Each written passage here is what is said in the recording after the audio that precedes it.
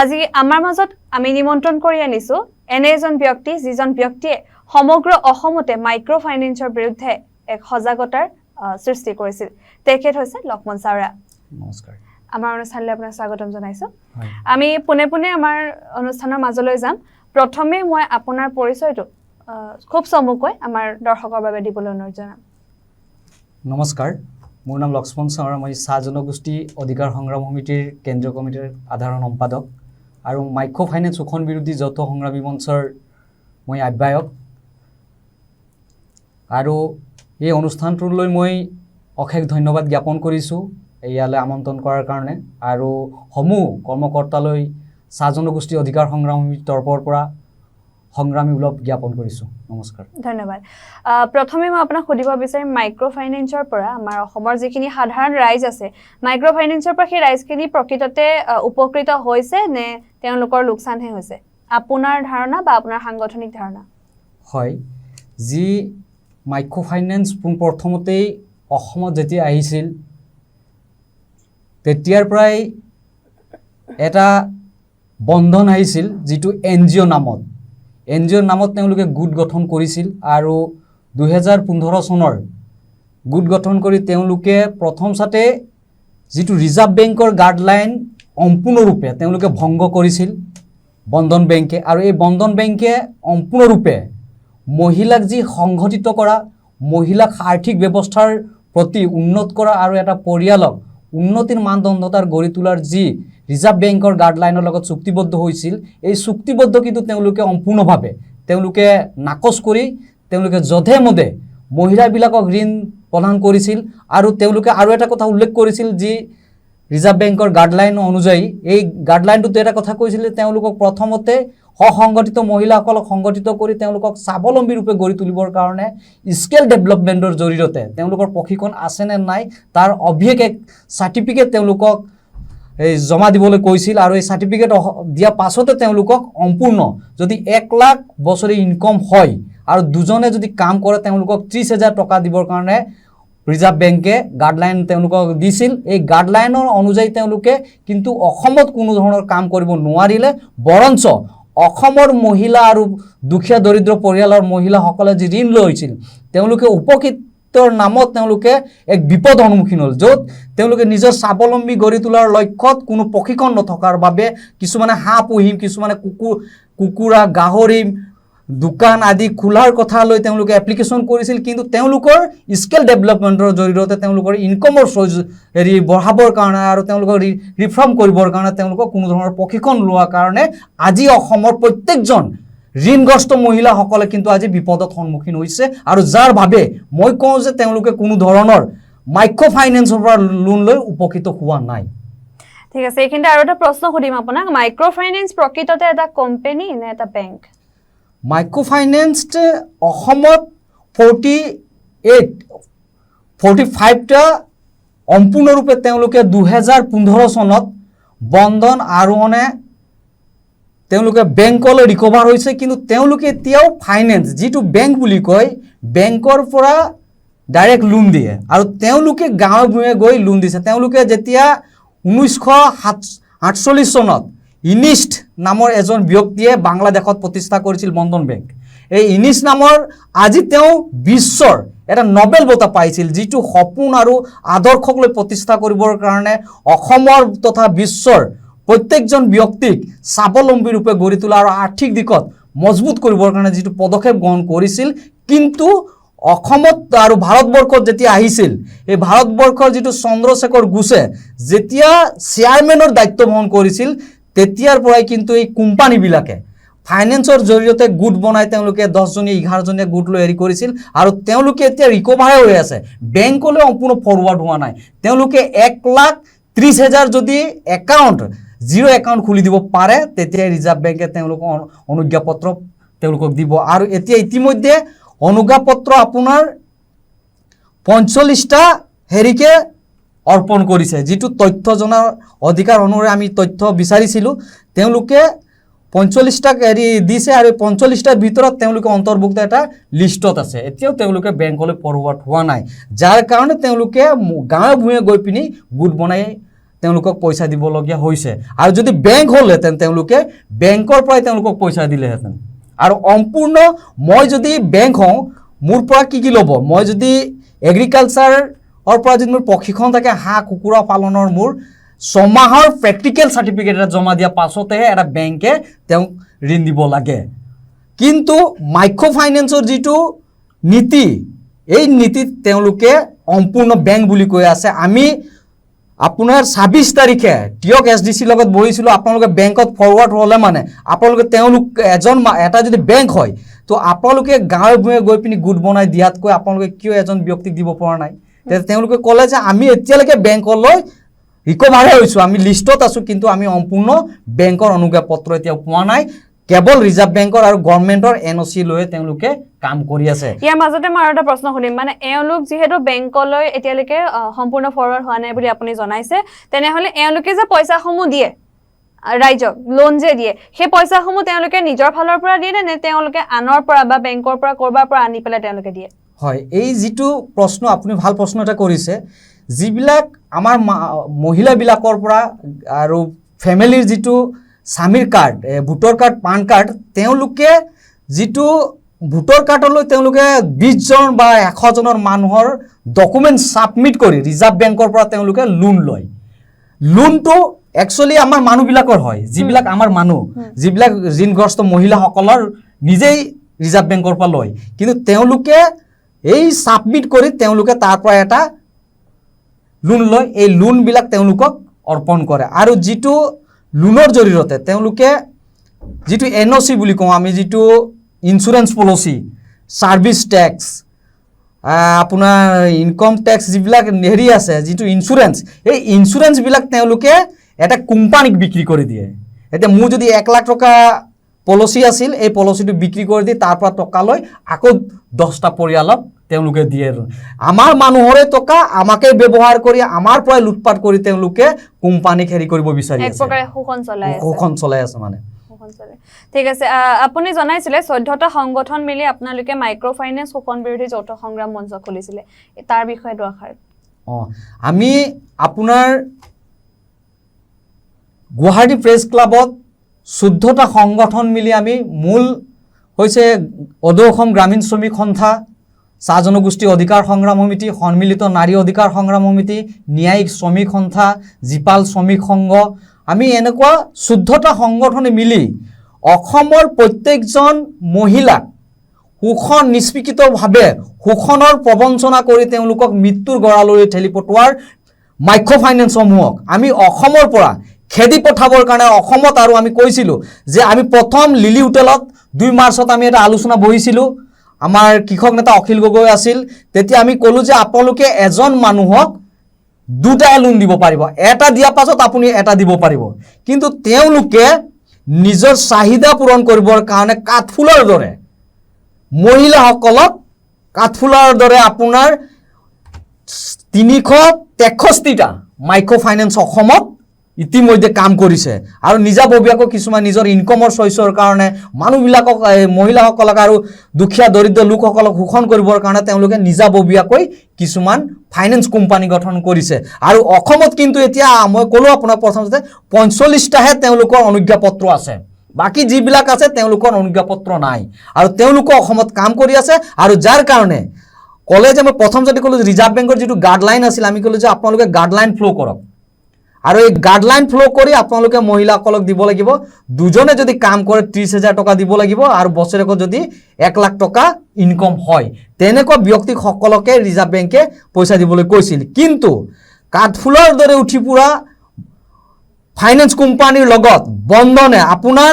12,500 কোটি টকা তেওঁলোকে 50% বন্ধন বেংকে অসমত ঋণ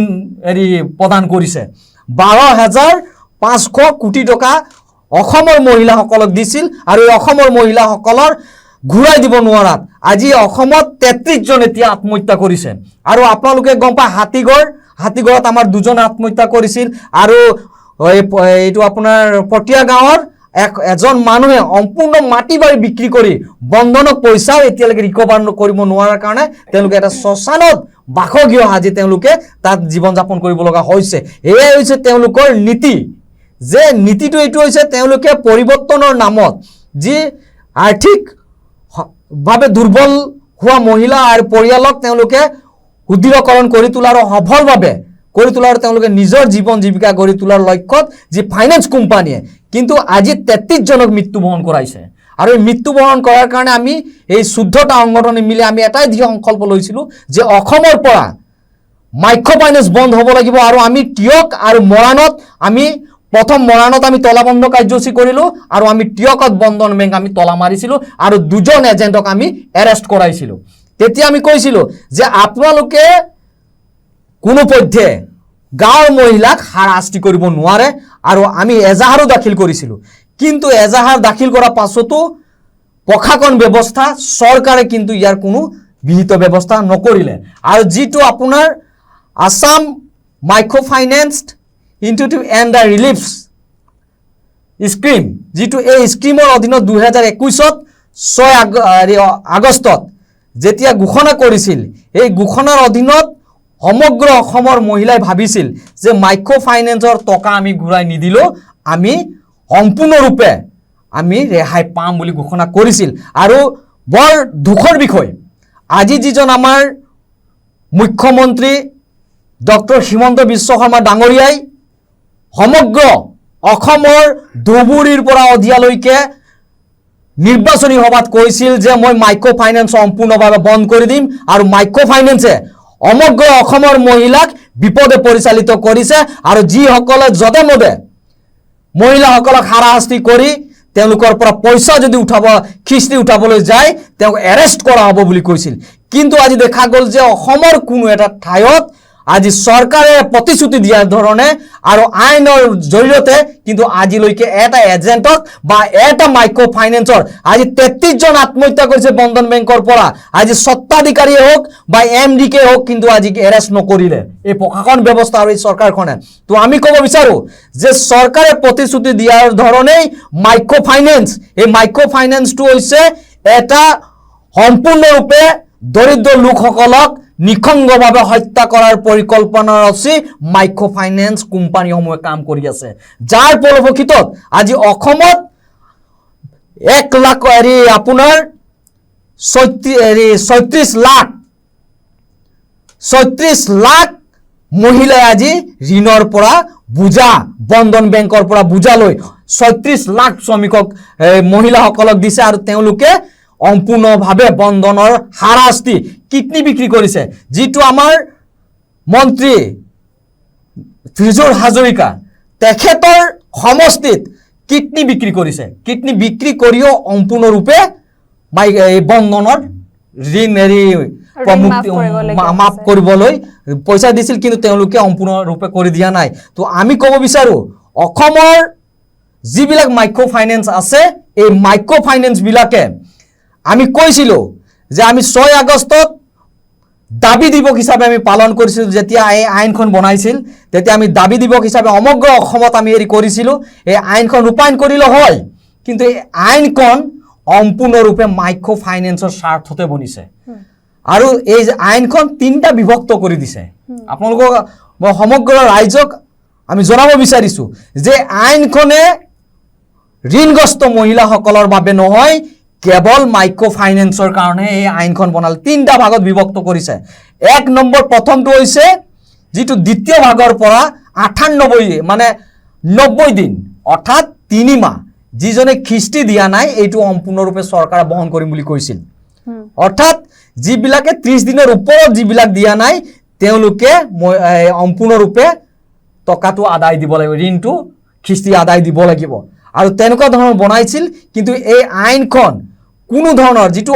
মন্ত্ৰী অশোক সিংঘল কমিটিৰ যিটো প্ৰতিবেদন আমি এই প্ৰতিবেদনক আমি ৰাজহুৱাভাৱে প্ৰকাশ কৰিবলৈ কৈছিলোঁ শ্বেতপত্ৰ প্ৰকাশ কৰিবলৈ কৈছিলোঁ তাত দুটা কথা স্পষ্ট আছে যে যিসকল মহিলাই এনঅপি আপোনাৰ নন ফাৰ্মিং এছেট এনঅপি বুলি কয় এনপিএ ইয়াৰ মুক্ত হ'বনে নাই সম্পূৰ্ণৰূপে কিন্তু বিধানসভাত মজিয়াত কোনো ধৰণৰ আলোচনা হোৱা নাই যাৰ কাৰণে আজি সমগ্ৰ মহিলাৰ ওপৰত এনেকৈ আপোনাৰ হেৰি আহিছে লোক আদালতৰ পৰা নটিচ আহিছে এইবিলাক লোক আদালতৰ পৰা নটিচ আহিছে বন্ধনৰ পৰা আহিছে এইটো আপোনাৰ আৰোহণৰ হয় আৰু এইটো আৰোহণৰ হয় ইয়াত কেইটামান পইণ্ট দিছে তো মই এটা প্ৰশ্ন কৰিব বিচাৰিছো অসমৰ মুখ্যমন্ত্ৰী ডাঙৰীয়ালৈ যেহেতু তেখেতে কৈছিল যে সমগ্ৰ অসমৰ মহিলাক মই মাইক্ৰ ফাইনেন্স ঋণ মাফ কৰি দিম আৰু আপোনালোকে আই ঘৰ আমুক বিভিন্ন ধৰণৰ আঁচনিৰ পৰা বঞ্চিত হ'ব আমাৰ মহিলাসকলে মানি লৈছিল কিন্তু দুখৰ বিষয় ইয়াত উল্লেখ কৰিছে আৰোহণে চৰকাৰৰ নিচিনা আৰোহণে এইটো লিফলেট বিতৰণ কৰিছে ইয়াত লিখিছে যে পিএমৱাই ঘৰৰ পৰা আপুনি বঞ্চিত হ'ব অৰুণোদয় আঁচনিৰ পৰা বঞ্চিত হ'ব আপুনি প্ৰত্যেকটা চৰকাৰী আঁচনিৰ পৰা আপুনি বঞ্চিত হ'ব বুলি কৈছে আৰু মই ক'ব বিচাৰো এটা চৰকাৰে পত্ৰটো দিব লাগিছিল ঋণগ্ৰস্ত মহিলাসকলক কিন্তু দুৰ্ভাগ্যজনক দুখৰ বিষয় যে আৰোহণ এইটো আবেদন কৰিছে এই নিয়মবিলাক লিখি মহিলাসকলক ভাবুকি দিছে আৰু তেওঁলোকে কৈছে যদি আপোনালোকে ঋণ সম্পূৰ্ণৰূপে মাফ কৰিব নোৱাৰে বা ঘূৰাই দিব নোৱাৰে চৰকাৰে তো আপোনালোকে আমাক যিকোনো ব্যৱস্থা গ্ৰহণ কৰিব পাৰে মহিলাসকলে কৈছিল তেতিয়াই কৈছিল যে ডক্টৰ হিমন্ত বিশ্ব শৰ্মা ডাঙৰীয়াই কৈছিল যে সম্পূৰ্ণৰূপে আপোনালোকক মাফ কৰি দিম সম্পূৰ্ণৰূপে মাফ কৰি দিম আপোনালোকে কোনো ধৰণৰ চিন্তা কৰিবলৈ দৰকাৰ নাই আৰু কোনো ধৰণত আপোনালোকে নিজৰ সম্পত্তি বিক্ৰী কৰিবলৈ দৰকাৰ নাই আৰু যাৰ কাৰণত এই আইনখন ৰূপায়ণ কৰিছিল কিন্তু এই আইনখন ৰূপায়ণ কৰাৰ পাছতে সমগ্ৰ অসমত ধুবুৰীৰ পৰা অদিয়ালৈকে তেওঁলোকৰ লোক আদালতৰ নটিচ আহিছে আইন বনোৱাৰ পাছত এই আইনখন সম্পূৰ্ণৰূপে আমাৰ ঋণগ্ৰস্ত মহিলাসকলৰ বাবে বনাইছিল নে মাইক্ৰ ফাইনেন্সৰ সুবিধা অৰ্থে বনাইছিল এই কথা মই আপোনালোকক স্পষ্ট কৰি দিলো কেৱল মাইক্ৰ ফাইনেন্সৰ স্বাৰ্থৰ কাৰণে যাৰ কাৰণে তেওঁলোকক কৈছে যে ভোটাৰ কাৰ্ড আপোনালোকৰ সিভিল বেয়া কৰি দিম পান কাৰ্ড বেয়া কৰি দি সিভিল বেয়া কৰিম আপোনাৰ নাতি পুতিলৈকে আপোনালোকৰ সিভিল বেয়া কৰিম বুলি কৈছে কিন্তু মই ক'ব বিচাৰো এটা কোম্পানীয়ে বা এটা বেংকে এটা ভোটাৰ কাৰ্ড নাগৰিকত্ব পঞ্জীয়নভুক্তৰ পৰা কেতিয়াও কৰ্তন কৰিব নোৱাৰে আৰু কেৱল চৰকাৰ আৰু এছেম্বলিয়ে এইটো পাৰিব কিন্তু এটা ফাইনেন্স কোম্পানীয়ে ভাবুকি প্ৰদান কৰি আছে কিন্তু আইন বনোৱাৰ পাছতো কিন্তু কিয় গ্ৰেপ্তাৰ কৰা নাই আৰু তেওঁলোকক কিয় নাকি লগাব পৰা নাই অসম চৰকাৰে আৰু প্ৰশাসন ব্যৱস্থাই কিয় ইয়াৰ নিৰাপত্তা হিচাপে এটা মহিলাক নিৰাপত্তা হিচাপে তেওঁলোকক কিয় হাতত তেওঁলোকক গ্ৰেপ্তাৰ কৰিব পৰা নাই আৰু নাকি লগাব পৰা নাই মাইক্ৰ ফাইনেন্স বিলাকক তাৰ কাৰণে মই লজ্জিত নিজকে লাজ লাগিছে আপুনি কি ভাবে মই ইয়াৰ মাজতে এটা প্ৰশ্ন সোধা আপুনি বা আপোনালোকৰ সংগঠনটোৰ দৃষ্টিত আপোনালোকে কি ভাবে যে মাইক্ৰ ফাইনেন্সৰ লগত চৰকাৰৰ ওতপ্ৰোত সম্পৰ্ক আছে বুলি ভাবে নেকি হয় আমি যেতিয়া এটা আমি উত্থাপন কৰিছিলো নিউজে কৈছিল যে যেতিয়া সৰ্বানন্দ সোণোৱাল ডাঙৰীয়াই মন্ত্ৰী আছিল তেতিয়াই কৈছিল যে আমাৰ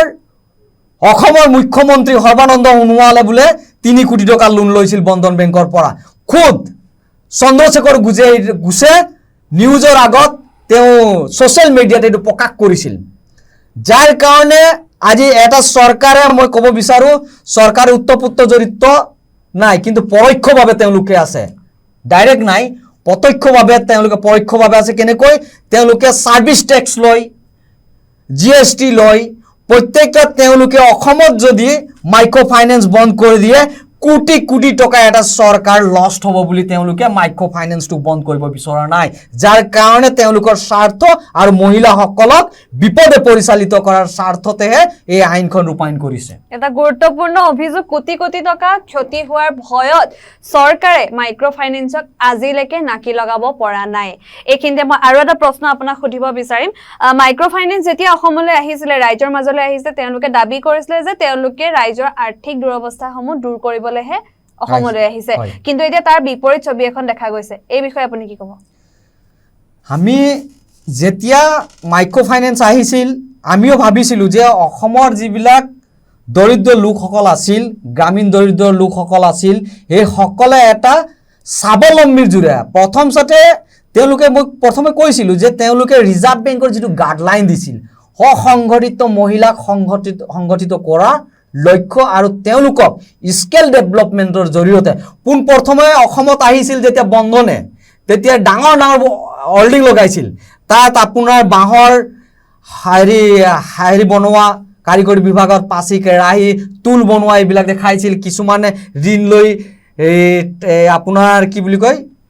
এপে লৈছিল টেম্পুবিলাক লৈছিল গাড়ী লৈছিল এই গাড়ীবিলাক যেতিয়া তেওঁলোকে আহিছিল কৈছিলে যে পইচাবিলাক আপোনালোকে ইয়াৰ ইনকামৰ চইচৰ জৰিয়তে আপোনালোকে আমাক পইচাটো ৰিকভাৰ কৰিব লাগিব বুলি কৈছিল কিন্তু যেতিয়া তেওঁলোকৰ কোনো ইনকামৰ চইচ নাইকিয়া হৈ গৈছিল অজস্ৰ ইজি মনি হিজি খৰচৰ মানে ইজি মনি পোৱাৰ দৰে আমাৰ মহিলাসকলৰ মাজত তেওঁলোকে গোট বনাই প্ৰথম যাতে সাইকৰ কৰিব নোৱাৰা প্ৰশিক্ষণ দিছিল তেওঁলোকে সাইকৰ কৰিব নোৱাৰে তেওঁলোকক আমি সাইকৰ কৰাম আৰু প্ৰশিক্ষণ দিয়া পাছত আপোনালোকক আমি প্ৰথমতে 10000 কৈ পইচা দিছিল পোন প্ৰথমতে অসমত যেতিয়া আহিছিল তেতিয়া তেওঁলোকে পোন প্ৰথমতে 10000 কৈ বন্ধন গোট আছিল মানে এনজিঅ নামত কাম কৰি তেওঁলোকে এতিয়া বেংক লৈ ৰূপান্তৰিত হ'ব বিচাৰি আছে আৰু আমি ক'ব বিচাৰিছো যে তেওঁলোকক বন্ধনক অসম চৰকাৰে আৰু ৰিজাৰ্ভ বেংকে 1 লাখ জৰিমনা বিচাৰিছিল এও জৰিমনা তেওঁলোকে দিলে নে নাই কোনো ধৰণৰ হেৰি নাই আৰু গাঁৱত তেওঁলোকে কৈছিল যে সম্পূৰ্ণৰূপে দৰিদ্ৰ পৰিয়ালক আমি দৰিদ্ৰতা দূৰ কৰাৰ লক্ষ্যত আমি আহিছো বুলি কৈছিল আৰু যাৰ কাৰণে বিভিন্ন অসমৰ যুৱক যুৱতীসকলে সহায় কৰিছিল আৰু তেওঁলোকে গাঁৱৰ ভূঞে লৈ গৈছিল কিছুমান লোকসকলে কিন্তু দেখা গ'ল যে লৈ যোৱা পাছত তেওঁলোকৰ আচল ছবিটো ওলাই আহিল যে তেওঁলোকে দৰিদ্ৰতা দূৰ কৰাৰ নামত দৰিদ্ৰতাৰ বুজাহে ঋণৰ বুজাহে তেওঁলোকৰ মূৰত জাপি দিয়া দেখা গ'ল আৰু যাৰ কাৰণে আমি কওঁ যে সম্পূৰ্ণৰূপে আমি এই অক্টোবৰ মাহত আমি সম্পূৰ্ণৰূপে মাইক্ৰ' ফাইনেন্স বন্ধ কৰাৰ দাবীত আমি সমগ্ৰ অসমত আমি কাৰ্যসূচী আমি লৈছো আৰু আমি কওঁ চৰকাৰক আমি পোনপ্ৰথমে জনাও আপোনালোকে যদি বন্ধ কৰিব নোৱাৰে তো আমি তলা মাৰিম বুলি কৈছো আমি শুদ্ধতা সংগঠনে মাইক্ৰ' ফাইনেন্স শোষণ বিৰোধী আমি সম্পূৰ্ণৰূপে তেওঁলোকে যদি গাঁও ভূঞে গৈ যিবিলাক ধাবি ধমকি পুলিচৰ ভয় দেখুৱাই পইচা তুলি আছে তেওঁলোকে দৰিদ্ৰতাৰ নামত যে তেওঁলোকে শোষণ কৰিছে লাঞ্ছিত কৰিছে আৰু ভয় খুৱাই তেওঁলোকে কোনো ধৰণৰ ৰিচিপ্ট এতিয়া নিদিয়ে কোনো ধৰণৰ তেওঁলোকে ৰিচিপ্ট নিদিয়ে এই ৰিচিপ্টটো তেওঁলোকে 100 টকা দিলেও মানে 20 টকা দিলেও মানে আপুনি 5 টকাও দিয়ক বুলি কয় কিছুমান এজেন্ট বিলাকে তো তেনেকুৱা ধৰণৰ তেওঁলোকে পইচা বিলাকে এতিয়া খিস্তি তুলি ফুৰিছে তো আমি তেওঁলোকক আহ্বান কৰিছো আৰু অসম চৰকাৰক আমি আহ্বান কৰিছো যে অনতি পলমে মাইক্ৰ' ফাইনেন্সটো অসমৰ পৰা বন্ধ কৰক নহলে লোক আদালতৰ যদি নটিচ যায় বহু লোকে আত্মহত্যাৰ পথ বাছি ল'ব ইয়াৰ কিন্তু সম্পূৰ্ণ জগৰীয়া হ'ব আমাৰ অসম চৰকাৰে যিজন মন্ত্ৰিত্ব হৈ আছে অসমৰ মুখ্যমন্ত্ৰী হৈ আছে হিমন্ত বিশ্ব শৰ্মা ডাঙৰীয়াই সম্পূৰ্ণ জগৰীয়া হ'ব কাৰণ কি তেওঁ মাপ কৰাৰ কথা কৈ আইন ৰূপায়ণ কৰাৰ পাছত এইবিলাক লোক আদালতৰ পৰা নটিচ আহিছে এখন গাঁৱত কমে 10 জন মহিলাৰ নটিচ আহিছে তো আমি কলো লোক আদালতৰ পৰা নটিচ আহিলে ভয় খাবলৈ দৰকাৰ নাই প্ৰয়োজন হলে আমি জেল ভৰো কাৰ্যসূচী কৰিম সমগ্ৰ ঋণগ্ৰস্ত মহিলাসকলে ভুক্তভোগী মহিলাসকলে আমি ৰাজপথত আমি জেল ভৰো কাৰ্যসূচী আমি জেলত সোমাবলৈ আমি আহিম আৰু তাৰ কাৰণে আমি প্ৰস্তুত আছো বুলিও আহ্বান কৰা সত্ত্বেও কিন্তু মাইক্ৰ' ফাইনেন্সৰ এজেন্টসকলে গাঁও ভূঞে সোমাই মেলি ভয় ভাবুকি প্ৰদান কৰি আছে আৰু যাৰ কাৰণে সমগ্ৰ অসমৰ গাঁৱে ভূঞে এই দৰিদ্ৰতা দূৰ কৰাৰ নামত শোষণ কৰিছে আৰু তেওঁলোকে মানুহক হত্যা এটা পথত ঠেলি দিছে য'ত তেওঁলোকে মুক্তি হ'ব নোৱাৰে বৰ্তমান প্ৰেক্ষাপটত ঠিক আছে মই এইখিনিতে আৰু এটা প্ৰশ্ন আপোনাক সুধিব বিচাৰিছো আপুনি দিয়া যুক্তিখিনি আমি মানিছো এইখিনি শুদ্ধ কিন্তু মই নিৰপেক্ষভাৱে আপোনাক এটা প্ৰশ্ন সুধিব বিচাৰিম এনেকুৱা একাংশ মহিলা আছে যি মাইক্ৰ' ফাইনেন্সৰ পৰা লোন লয় কিন্তু সেই লোনটো যিটো কামত তেওঁলোকে লোৱাটো দেখুৱাই সেইটোত কিন্তু তেওঁলোকে খৰচ নকৰে অযথা খৰচ কৰে হেতু আপুনিও স্বীকাৰ কৰিব লাগিব তেনেকুৱা একাংশ মহিলা বা তেনেকুৱা একাংশ ব্যক্তি আছে